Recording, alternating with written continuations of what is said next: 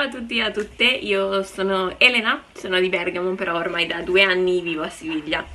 Da piccola, all'età di 13-14 anni, sono stata vittima di body shaming e per anni ho lasciato che quelle parole che mi erano state dette influenzassero la mia vita. Non ho fatto cose che avrei voluto fare perché mi ritenevo poco atletica, appunto perché mi avevano definito grassa. Quello che voglio dire alle vittime di body shaming è di non lasciarvi definire da quella parola o da quelle parole.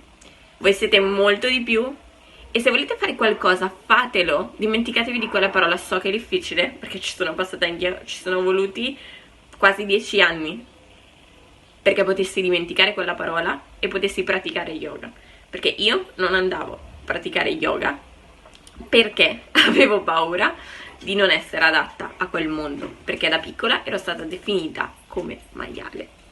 Quindi non fatevi definire da quella parola, che voi non siete quella parola, voi siete molto di più e avete tante cose da dire, tante cose da fare e tante cose da offrire al mondo, ovunque voi siate. Per questo vi mando un forte abbraccio ovunque voi siate in quarantena e spero che le vostre famiglie e voi stiate bene, e vi mando un forte bacio e abbraccio. Ciao ciao!